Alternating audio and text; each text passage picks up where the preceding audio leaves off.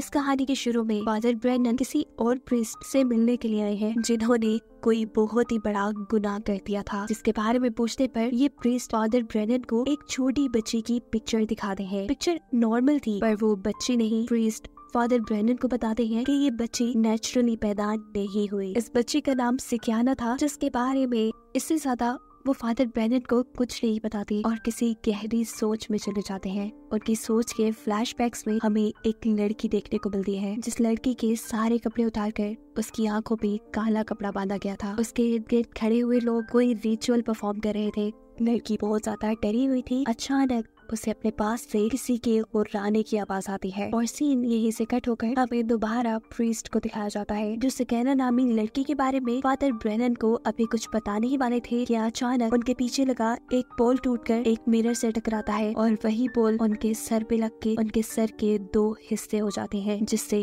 उनकी मौत हो जाती है। इसके कई सालों बाद हमें 1971 में रोम का सीन दिखाया जाता है। इस वक्त रोम के लोग सिविल राइट्स के लिए प्रोटेस्ट कर रहे थे और इसी टाइम में मार्गरेट नामी सिस्टर अमेरिका से रोम आती है, जहां उन्हें अपने नन बनने की ओथ्स लेनी थी। यानी सबके सामने प्रॉमिस करना था कि वो अब अपनी जिंदगी एक नन बनकर गुजारेंगी। मार्गरेट को लेने के लिए ऑर्फनेज के 2 प्रीस्ट आते हैं, जिनमें से एक का नाम कार्डिनल लॉरेंस था। वो अब रिटायर हो चुके थे, लेकिन फिर भी वो मार्गरेट को रिसीव करने पे ऐसा कुछ थे जैसे उनकी अपनी बेटी अमेरिका से वापस आई हो। अब वो ऑर्फनेज आ जाती है, जहाँ वो नोटिस करती है कि इस ऑर्फनेज में ज्यादातर लड़कियां ही रहती हैं। उसे यहाँ पर 2 सिस्टर्स से मिलवाया जाता है, जो उसे जब ऑर्फनेज का विजिट करवाते हुए उसके कमरे में ले जा रही होती है, तब उसे मिलती है एक कार्लिटा नाम की लड़की। ये लड़की दिखने में ही काफी अजीब थी, जैसे उसकी दिमागी हालत ठीक न हो। वो यहाँ पर बैठी हुई डरावने ड्रावने स्केचेस बना रही थी, जिसमें से एक स्केच पर मार्गरेट देखती है कि उसने एक लड़की का स्केच बनाया था जो बिस्तर पे लेटी हुई चिल्ला रही थी और उसके चारों तरफ नन्स खड़ी थी। हमें पता चलता है कि कार्लिटा वाकई पागल है, क्योंकि अब उसने खड़े होकर मार्गरेट को लिक करना शुरू कर दिया था और ऐसे में सिस्टर उसे मार्गरेट से दूर करती है। मार्गरेट अपने रूम में आती है और अपनी रूममेट से मिलती है। बन तो वो भी एक नन ही रही थी, लेकिन वो चुपके सारे काम करती थी, यानी पार्टीज में जाती थी और अपनी जिंदगी एंजॉय करती थी। दिन गुजरते रहते हैं। मार्गरेट यहाँ ऑर्फनेज में अपना दिल लगाने की कोशिश कर रही थी, लेकिन हर गुजरते दिन उसके साथ कुछ अजीब होता था। उसे इस ऑर्फनेज में अजीबोगरीब वियंस आते थे, यहाँ तक कि उसे ऑर्फनेज में कुछ भूतिया चीजें भी दिखाई देती हैं, जिसे वो इग्नोर कर देती है। मार्गरेट यहाँ पर रहते हुए यहाँ के तौर तरीकों के साथ साथ यहाँ की लोकल लैंग्वेज भी सीखने की कोशिश करती है। वो यहाँ के बच्चों से काफी अटैच हो जाती है, लेकिन नोटिस करती है कि कार्लिटा, वो बच्ची जिससे वो पहले दिन मिली थी, वो आम बच्चियों के साथ घुल मिल कर नहीं रहती। उसे ऑर्फनेज वाले जबरदस्ती उसके रूम में बंद करके रखते थे और इसके पीछे रीजन ये थी कि उसको कुछ बुरे ख्याल, कुछ बुरे वियंस आते हैं और उसको इलाज के लिए ही सबसे दूर रखा जाता है। ये तो बात पहले दिन मार्गरेट ने भी नोटिस की थी। मार्गरेट को ये सारी बातें कार्लिटा की क्लास फेलोज बता रही थी। मार्गरेट इस बात पे हैरान थी कि कार्लिटा सिर्फ 12 साल की होने के बावजूद भी इन आम छोटी बच्चियों जैसी नहीं दिखती थी, बल्कि वो एक बड़ी अडल्ट लड़की थी। खैर, अब रात हो जाती है और मार्गरेट अपने रूम में आ जाती है। वो देखती है कि उसकी रूममेट किसी पार्टी में जाने की तैयारी कर रही थी। वो मार्गरेट को भी अपने साथ पार्टी में चलने के लिए फोर्स करती है और उसे पार्टी वाले ड्रेसेस पहना कर वो उसे अपने साथ पार्टी में ले आती है। यहाँ ये लोग काफी मजे करते हैं। यहाँ पहली मर्तबा मार्गरेट लाइफ में ड्रिंक भी कर लेती है और नशे में धुत होने के बाद वो एक लड़की के साथ डांस करती है। डांस करते करते वो उस लड़की को लिक करने की, यानी उसके मुँह पे जुबान लगाने की कोशिश करती है, बिल्कुल ऐसे ही जैसे कार्लिटा ने उसके मुँह पे लगाई थी। और ऐसा करने के बाद वो बेहोश हो जाती है और जब उसे होश आया तो वो अपने बेड पे थी। वो परेशान थी कि न जाने रात में क्या हो गया, लेकिन उसके रूममेट उसे कहती है परेशान नहीं हो, रात में ऐसा कुछ गलत नहीं हुआ जिसकी वजह से तुम्हें परेशान होना चाहिए। उसे रात के बारे में कुछ भी याद नहीं था, लेकिन फिर भी उसे अच्छी वाइब्स नहीं आ रही थी और इस सब का कसूरवार वो अपने आप को ही ठहरा रही थी कि एटलीस्ट उसे ड्रिंक नहीं करना चाहिए था और अपनी इन गुनाहों की वजह से वो गॉड से माफी भी मांगती है। फिर इसके बाद जब वो ऑर्फनेज से बाहर जाती है तो यहाँ पे उससे मिलने के लिए आते हैं फादर ब्रेनन, जिसे हमने मूवी के स्टार्ट में भी देखा था।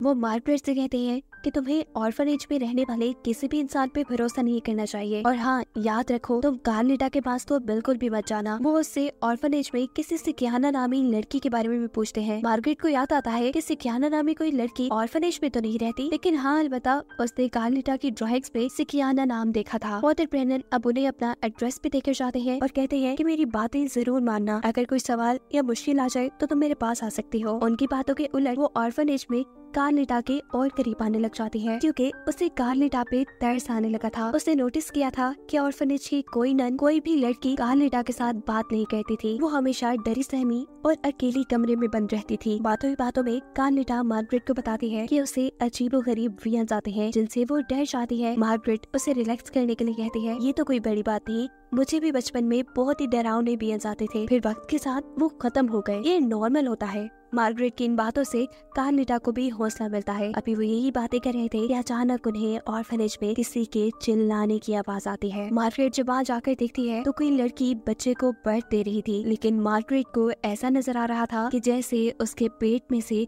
किसी डीमन का हाथ बाहर निकल रहा है, और ये देखकर वो इतना डर जाती है कि बेहोश हो जाती है। मार्गरेट को ये भी बात सताने लगी थी कि अगर इस ऑर्फनेज में सभी लड़कियां ही रहती थी और कोई भी मैरिड नहीं था, तो इन पैदा होने वाले बच्चों का बाप कौन था। वो इन सारी चीजों से घबराई हुई प्रीस्ट के पास जाती है, जिनका नाम कार्डिनल लॉरेंस है। वो उसे समझाते हैं कि तुमने पहली मर्तबा ऐसा कुछ होते देखा है, शायद इसी वजह से तुम घबरा गई हो। इसके बाद वो ऑर्फनेज के गार्डन में आ जाती है, जहाँ नन्स के साथ सारे बच्चे एंजॉय कर रहे थे। अजीब बात ये थी कि यहाँ पर नन्स और बच्चे बड़ी आराम से सिगरेट पी रहे थे और कोई भी उसे रोक नहीं रहा था। वो देखती है कि यहाँ पर कार्लिटा से कोई नन सीक्रेट बातें कर रही है और उसे एक ड्राइंग भी दिखा रही है। मार्गरेट फौरन कार्लिटा के पास जाती है और उसके हाथ में रखी ड्राइंग देख लेती है, जिसमें एक लड़की की तस्वीर बनी थी और उसके पेट में एक बच्चा था।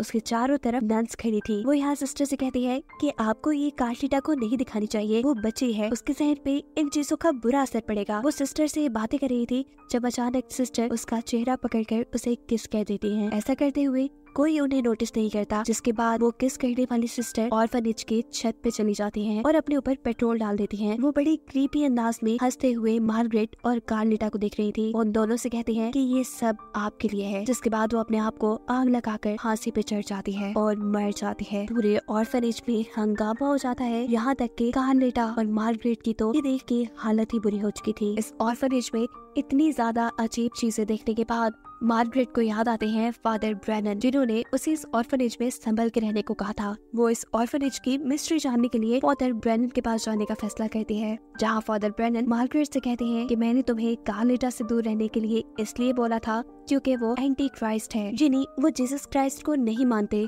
वो हमारे मजहब के लिए खतरा है। वो ऑर्फनेज और ऑर्फनेज से जुड़ी चर्च के लोग काफी अरसे से सेकुलरिज्म करते आ रहे हैं, यानी क्रिश्चियनिटी को, उनके मजहब को खत्म करने का काम करते आ रहे हैं और ये दुनिया के लिए एक बहुत बड़ा खतरा है। फादर ब्रेनन अब मार्गरेट को वही फोटो दिखाते हैं जो इस मूवी के स्टार्ट में उन्हें ऑर्फनेज के एक प्रीस्ट ने दी थी। इसमें सिकियाना नामी एक बच्ची की फोटो थी, जिसके बारे में वो ज्यादा कुछ नहीं जानते थे और इसी बच्चे के बारे में वो प्रीस्ट फादर ब्रेनन को कुछ बताना चाहते थे। अब फादर ब्रेनन ये काम मार्गरेट को दे देते हैं और कहते हैं कि तुम ऑर्फनेज से सिकियाना नामी बच्चे की इंफॉर्मेशन इकट्ठी करो ताकि हम उनके सारे बुरे इरादों को रोक पाए। लेकिन मार्गरेट को फादर ब्रेनन की बातों पे यकीन नहीं था। वो यहाँ से चली जाती है, लेकिन जाते जाते वो फादर ब्रेनन का एक काम करने को मान जाती है। फादर ब्रेनन ने उसे कार्लिटा की इंफॉर्मेशन मांगी थी, जो वो इकट्ठी करने के लिए मान जाती है, क्योंकि उसे खुद भी कार्लिटा के पास्ट के बारे में जानना था। अगले दिन जब ऑर्फनेज के सभी बच्चों को ट्रिप पे लेके जाया जा रहा था, इस सफर में मार्गरेट ऑर्फनेज के नए प्रीस्ट से कार्लिटा के बारे में पूछती है, उसके पास्ट के बारे में पूछती है, लेकिन इस प्रीस्ट को ज्यादा कुछ नहीं पता था। वैसे भी ये लोग ज्यादा बात नहीं कर पाते क्योंकि सामने बैठी हुई सिस्टर्स उनके ऊपर लगातार नजर रखे हुए थी। जब ये लोग वापस ऑर्फनेज आते हैं तो मार्गरेट कार्लिटा से उसके बचपन के बारे में पूछने की कोशिश करती है, लेकिन कार्लिटा उससे डरकर एक रूम में चली जाती है। जैसे ही मार्गरेट उसका पीछा करती है तो देखती है कि कार्लिटा के पास उसी सिस्टर की सोल या भूत बैठा था, जिसने इन दोनों के सामने सुसाइड की थी और इसे देखकर वो बहुत ही ज्यादा डर जाती है। उसके जोर से चीख मारने पर यहाँ दूसरी सिस्टर आती है और उसे यहाँ से ले जाते हैं। रोम में इस टाइम सिविल राइट्स के ऊपर लड़ाई जोरों शोर पे थी, बाहर हंगामे हो रहे थे, जगह जगह आग लगी थी और फिर इससे बाहर निकलना मार्गरेट का खतरे से खाली नहीं हो सकता था। लेकिन वो यहाँ पे भी नहीं रहना चाहती थी। वो ऑर्फनेज से बाहर निकल आती है और यहाँ उसे फील होता है कि कोई उसे पीछे से जकड़ रहा है, लेकिन हमें यहाँ कोई नजर नहीं आ रहा। जो कोई भी उसे पीछे से जकड़ रहा था उसे सिर्फ ऑर्फनेज में खड़ी हुई नन ही महसूस कर सकती थी। अब यही सिस्टर्स की एक मीटिंग बुलाती है और यहाँ पे वो मार्गरेट को कहते हैं कि तुम्हें ये ऑर्फनेज छोड़ देना चाहिए, तुम आइंदा के बाद कभी भी कार्लिटा के पास नजर आओ,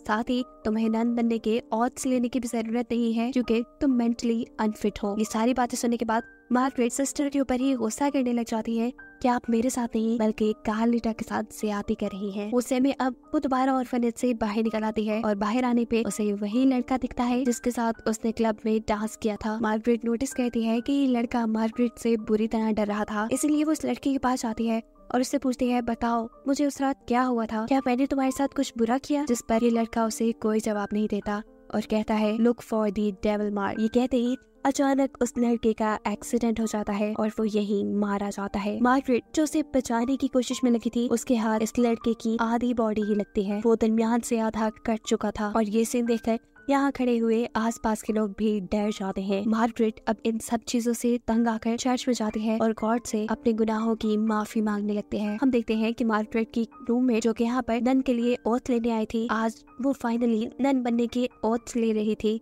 और मार्गरेट सब लोगों के बिजी होने का फायदा उठाते हुए ऑर्फनेज के एक खुफिया रूम में चली जाती है, जहाँ उसे सिकियाना नाम की फाइल्स भी मिल जाती हैं। वही फाइल जो फादर ब्रेनन ने उसे लाने के लिए बोला था। पर हैरानी की बात ये थी कि यहाँ पर सिकियाना नामी लड़की की 14 फाइल्स थी। सभी फाइल्स पे 666 वाला मार्क था जो कि डेविल मार्क होता है। ये 14 की 14 सिकियाना नामी बच्चियां सुबह 6 बजे 6 जून को पैदा हुई थी। इन 14 में से तकरीबन सारी लड़कियां मारी जा चुकी थी और सिकियाना 14 थी अब जिंदा थी और सिकियाना 14 असल में कार्लेटा ही है। और ये बात मार्गरेट को ऐसे पता चलती है कि सिकियाना 14 आज से 12 साल पहले पैदा हुई थी और कार्लेटा भी अब 12 साल की ही थी। मार्गरेट अब ये बात समझ चुकी थी कि क्यों कार्लेटा बाकी बच्चों से इतनी अडल्ट दिखती है, क्योंकि वो डेविल की बेटी है। फाइल के अंदर साफ साफ लिखा था कि सिकियाना 14 को यानी कार्लेटा को बाकी बच्चों से दूर रखना होगा, इसीलिए तो ऑर्फनेज वाले उसे कमरे में बांध के रखते थे। बहुत सी बातें तो मार्गरेट समझ पाई थी, लेकिन बहुत से सवाल अभी भी उसके दिमाग में थे। वो यहाँ से सारी फाइल्स उठाती है, कार्लेटा को लेती है और यहाँ से भागने की कोशिशों में लग जाती है, लेकिन नन्स की नजर उनके ऊपर पड़ जाती है। यहाँ नन्स उन्हें पकड़ लेती हैं। वो जब इन दोनों को एक दूसरे से छुड़वा रही थी, उस टाइम कार्लेटा चिल्ला रही थी और इस टाइम में मार्गरेट को उसके मुंह के अंदर 666 वाला मार्क नजर आ जाता है, जिससे उसे ये बात कंफर्म हो जाती है कि कार्लेटा ही सिकियाना 14 है और वही डेविल की बेटी है। मार्गरेट को भी अलहदा रूम में कैद कर दिया गया था। मार्गरेट को इस कैद में ही नींद आ जाती है और ख्वाब में उसे एक बहुत ही खौफनाक लड़की नजर आती है। डर के वो उठ गई और हैरानी वाली बात ये थी कि खून में लथपथ वही लड़की जो उसके ख्वाब में थी, वो अब उसके सामने खड़ी हुई उसे डरा रही थी। मार्गरेट जोर से चिल्लाती है। मार्गरेट की चीखें सुनकर यहाँ चर्च के प्रीस्ट उसके पास आते हैं, उसे रिलैक्स करते हैं और उसकी हालत को देखकर उसे फादर ब्रेनन के पास ले जाने का फैसला करते हैं, क्योंकि फादर ब्रेनन ने इन प्रीस्ट को भी इस ऑर्फनेज और इस चर्च की सच्चाई बताने की कोशिश की थी, लेकिन मार्गरेट की तरह इन प्रीस्ट को भी फादर ब्रेनन की सेकुलरिज्म वाली बातों पे यकीन नहीं आया था। लेकिन अब इन सारी चीजों को देखते हुए उन्हें फादर ब्रेनन की बातें सच्ची लग रही थी, इसीलिए वो मार्गरेट और सिकियाना नामी सभी फाइल को लेकर फादर ब्रेनन के पास आ जाते हैं। यहाँ आकर मार्गरेटा फादर ब्रेनन को बताती है कि आपने तो कहा था कि डेविल के निशान लड़कियों की बॉडी पे होते हैं, लेकिन कार्लेटा के तो मुंह के अंदर 666 वाला निशान था। और फादर ब्रेनन को मूवी के स्टार्ट में दिखाए जाने वाले प्रीस्ट ने जो एक सिकियाना नामी बच्चे की फोटो दी थी, उसके तो जिस्म पे 666 का मार्क था। इसका मतलब कि कार्लेटा वो तस्वीर वाली बच्ची नहीं थी जिसे फादर ब्रेनन ढूंढ रहे थे, यानी एंटी क्राइस्ट कोई और लड़की है। फादर ब्रेनन अब ये बात समझ चुके थे कि उन्हें जितनी इन्फॉर्मेशन दी गई थी वो आधी अधूरी थी। डेविल के कल्ट के लोगों ने उनके साथ चालाकी की थी। ये लोग दोबारा फाइल्स को चेक करते हैं और देखते हैं कि सिकियाना 5 वाली फाइल में फोटो मिसिंग थी। फादर ब्रेनन के पास जो फोटो थी वो इस फाइल में पूरी आ जाती है और इससे फादर ब्रेनन ये पता चलाते हैं कि सिकियाना 14 यानी कार्लेटा के अलावा एक और सिकियाना भी है जो एंटी क्राइस्ट है और वो आज तक जिंदा है। उसकी डेट ऑफ बर्थ देखने पे इन्हें पता चलता है कि यही डेट ऑफ बर्थ तो मार्गरेट की भी है, यानी मार्गरेट ही असल में एंटी क्राइस्ट थी। ये बात जानते ही मार्गरेट को शौक लगता है, उसकी हालत अजीब सी हो जाती है और उसे पार्टी वाली रात के बारे में भी सब याद आ जाता है। उसे याद आता है कि वो क्लब में गई थी, उसने ड्रिंक किया और ये सब उसने खुद नहीं किया, उससे असल में करवाया गया उस ऑर्फनेज की नन्स ने मिलकर। जिसके बाद ऑर्फनेज की नन्स उसे बेहोश करके किसी अनजान जगह ले आई और उसके साथ भी वैसा ही रिचुअल किया जैसा रिचुअल कहानी के शुरू में दिखाई जाने वाली एक लड़की के साथ किया गया था। और वो लड़की मार्गरेट की ही मॉम थी, जिसके साथ भी डेविल ने ज्यादती की थी और मार्गरेट को जिसके वियन आते थे वो उसकी मॉम ही थी और अब डेविल ने ही उसके साथ भी कुछ बुरा किया था। ये सारी बातें याद आती ही उसे क्लब वाले लड़के की भी बातें याद आती है, look for the devil mark, जिसके बारे में पता चलाने पे उसे अपने सर के ऊपर डेविल मार्क मिलता है। ऐसे ये बात कंफर्म हो जाती है कि सिकियाना 5 वो खुद ही थी। सेक्युलरिज्म करवाने वाले यानी क्रिश्चियनिटी को खत्म करने वाले इस ऑर्फनेज ने, इस कल्ट ग्रुप ने मार्गरेट को इसीलिए ऑर्फनेज से इतने साल दूर रखा ताकि सही वक्त आने पे वो मार्गरेट को अपने रिचुअल के लिए इस्तेमाल कर सके। वो अब जान गई थी कि उसके पेट में डेविल का बच्चा है, वो इस बच्चे को पैदा नहीं करना चाहती थी। ये बात वो फादर ब्रेनन से कहती है और फादर ब्रेनन उसकी बात मानते हुए उसे हॉस्पिटल ले जाने का फैसला करते हैं, लेकिन रास्ते में ही ऑर्फनेज वाले उनकी गाड़ी का एक्सीडेंट करवा देते हैं। मार्गरेट दोबारा उनके कब्जे में आ जाती है जिसे वो ऑर्फनेज ले आते हैं। ऑर्फनेज आने पर उसकी बॉडी अचानक से डिमोनिक होने लगी थी, यानी वो खुद भी एक शैतान बनने लगी थी। देखते ही देखते उसका पेट बहुत बड़ा हो जाता है। अगली सुबह 6 जून थी, यानी मार्गरेट का जो बेबी था, जो डेविल का बेबी था, वो अब पैदा होने वाला था। ये बात तो हमें पहले से ही मालूम है कि ऑर्फनेज के सभी लोग इस चीज के अंदर मिले हुए हैं। यहाँ आकर हमें एहसास होता है कि आखिर कार्डिनल लॉरेंस जो कि इस कल्ट ग्रुप के लीडर थे, वो क्यों आखिर मार्गरेट के वापस आने पे इतना खुश थे, क्योंकि उन्हें एक एंटी क्राइस्ट चाहिए था, एक शैतान का बेटा जो क्रिश्चियनिटी में जीसस क्राइस्ट की जगह लेता। वो क्रिश्चियनिटी को खत्म कर रहे थे और एंटी क्राइस्ट अभी पैदा होता जब डेविल की अपनी ही बेटी डेविल के बच्चों को पैदा करती और एंटी क्राइस्ट एक लड़का होना था। इस काम के लिए इन्होंने जैकल नामी एक शैतान को दुनिया में बुलाया। वो पहले मार्गरेट की मोम के करीब आया, फिर मार्गरेट पैदा हुई जिसके 21 साल बाद वो दोबारा मार्गरेट के करीब आया और अब मार्गरेट के पास इसके नतीजे में एक लड़का और एक लड़की पैदा हुए थे। जो लड़का था वही एंटी क्राइस्ट था और ये बात मार्गरेट जान गई थी। मार्गरेट जिसका दिल अभी भी एक डिमोनिक नहीं था, शैतान नहीं था, वो एंटी क्राइस्ट को जन्म देना नहीं चाहती थी, वो इसे जिंदा भी रखना नहीं चाहती थी। वो यही डॉक्टर का एक ब्लेड लेकर पहले यहाँ कार्डिनल लॉरेंस को मार देती है जो इस कल्ट ग्रुप के लीडर थे, और फिर अपने ही बेटे को मारने की कोशिश करती है, लेकिन सिस्टर उसे लेकर यहाँ से भाग जाती है। कार्लिटा भी बिल्कुल मार्गरेट की तरह डेविल की ही बेटी थी और उसे भी एंटी क्राइस्ट पैदा करने के लिए ये ऑर्फनेज वाले पाल रहे थे। आखिर इस ऑर्फनेज वालों का ये सारे उल्टे काम करने का मकसद क्या है? इनका मानना है कि दुनिया जीसस से दूर हो गई है, इसीलिए वो एंटी क्राइस्ट को बुलाकर सबको डराकर सबको दोबारा वापस जीसस क्राइस्ट की तरफ लेकर जाना चाहते हैं। ये कहानी ये लोग सबको सुनाते थे, लेकिन ये हकीकत नहीं थी। असल में ये लोग खुद डेविल को गॉड मानते थे, ये लोग डेविल की पूजा करते थे। यहाँ जो सिस्टर मार्गरेट के बच्चे को लेकर भागी थी, वो पीछे से मार्गरेट की रूममेट को आवाज लगाती है कि अब हमें मार्गरेट या उसकी बेटी की कोई जरूरत नहीं, उसे यहाँ आग लगा दो। मार्गरेट की रूममेट यहाँ मार्गरेट के ऊपर छुरी से हमला करते हुए उसके ऊपर आग लगाकर यहाँ से भाग जाती है, लेकिन यहाँ उसकी जान बचाने के लिए एंट्री करती है कार्लिटा, जो मार्गरेट को अपनी बहन मानने लगी थी क्योंकि मार्गरेट ने उसके साथ अच्छा वक्त गुजारा था। वो मार्गरेट और उसकी बेटी को यहाँ से बचाकर ले जाती है और इसी जलती आग में मार्गरेट को वो शैतान भी दिखता है जिसने उसके साथ बुरा किया था। सीन कट होता है और हमें दिखाया जाता है कि सारी नन्स मीटिंग कर रही हैं। एक नन अमेरिका के एक बहुत बड़े आदमी के बारे में बता रही है जिसके पास अब बेटा होने वाला था। इनका प्लान था कि वो उसके बेटे को किडनैप करके उनको अपना ये एंटी क्राइस्ट दे देंगी, यानी मार्गरेट का बेटा, जिससे एंटी क्राइस्ट यानी मार्गरेट का बेटा एक अच्छी फैमिली में परवरिश करेगा। प्लान के मुताबिक ये लोग इस अमीर आदमी को एंटी क्राइस्ट यानी मार्गरेट का बेटा दे देते हैं, जो कुछ टाइम गुजरने के बाद बड़ा हो जाता है। सीन कट होकर दूसरी तरफ हमें मार्गरेट, कार्लिटा और मार्गरेट की बेटी को दिखाया जाता है जो बर्फीली जगह पे सब लोगों से दूर, उनसे छुपकर जिंदगी गुजार रहे हैं। ये लोग एक हैप्पी फैमिली की तरह रह रहे थे कि आज उनके पास फादर ब्रेनन आते हैं। मार्गरेट उनके ऊपर गन तान के खड़ी हो जाती है और उनसे कहती है कि प्लीज आप यहाँ से चले जाएं। फादर कहते हैं ठीक है मैं चला जाऊंगा, मैं तुम्हें डिस्टर्ब करने नहीं आया, बस मैं तुम्हें ये बताने आया हूँ कि वो ऑर्फनेज वाले ये बात जानते हैं कि तुम लोग जिंदा हो, ऐसे तुम्हारी जानों को खतरा हो सकता है, और हाँ दूसरी बात तुम्हारा बेटा भी आज तक जिंदा है। ये बताने के बाद फादर ब्रेनन यहाँ से चले जाते हैं और ये कहानी यही खत्म हो जाती है।